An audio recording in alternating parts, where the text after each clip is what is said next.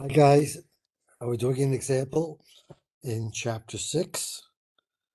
Let me share my screen, find the homework. Easier said than done. And we're dealing with sampling and estimation in particular confidence intervals. And again, I encourage you to two things. Please see the YouTube videos I prepared explaining the theory, the logic, the intuition behind these formulas and these concepts. And also send your own questions in so I can answer them. A little bit late for this term, but let's go. Okay, so we have data. Let's see, we have data for two variables, two columns of data. Find a 95% confidence interval, which will be easy, and then interpret them in terms of how similar they are. Okay, so here's the data. Let's move them into StatCrunch again. I think StatCrunch is very easy for this. And go to stat. Again, it's a T because we don't know the sample. We don't know the population standard deviation. We only have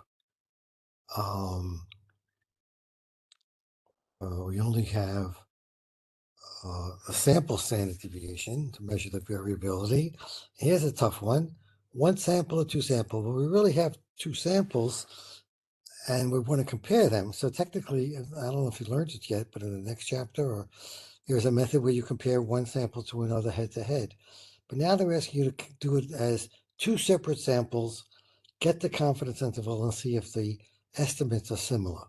So it's a little bit less professional or less technical, but I guess they're trying to develop your intuition. So we have one sample with data, with two separate.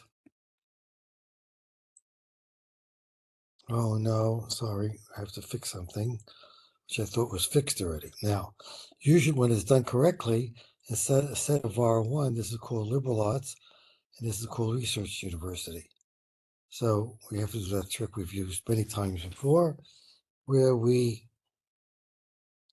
call it liberal arts, let's call it lib, and let's call it research.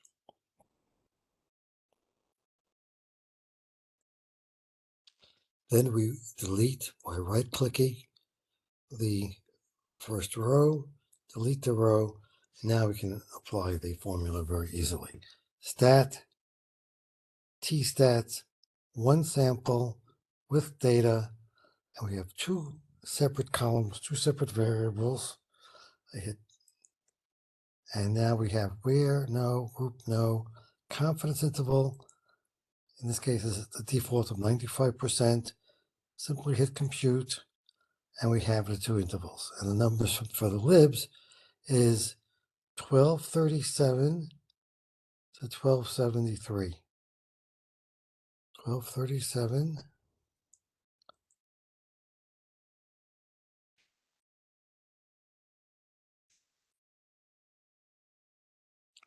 1237. Find this the most tedious part of it. 0.23.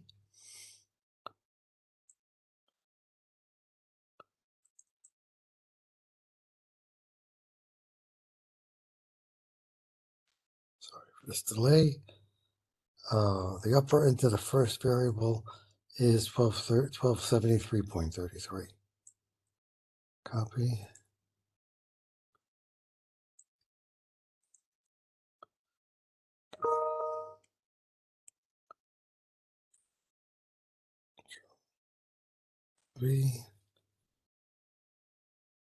And it is correct. The research do the same thing. We already have that data, or that result.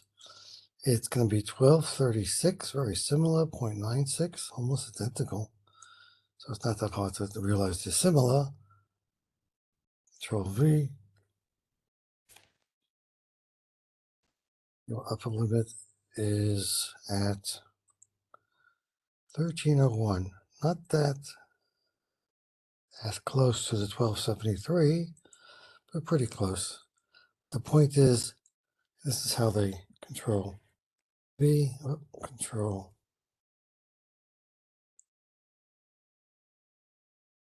B, enter, just see if it's right. And it is. Now comes the question, interpretation. Is not different. Confidence intervals overlap. You know, the 1273, there's an overlap between these intervals, so it's hard to distinguish between them. And let's check the answer. And we're done. Okay, let's stop sharing. Close it down.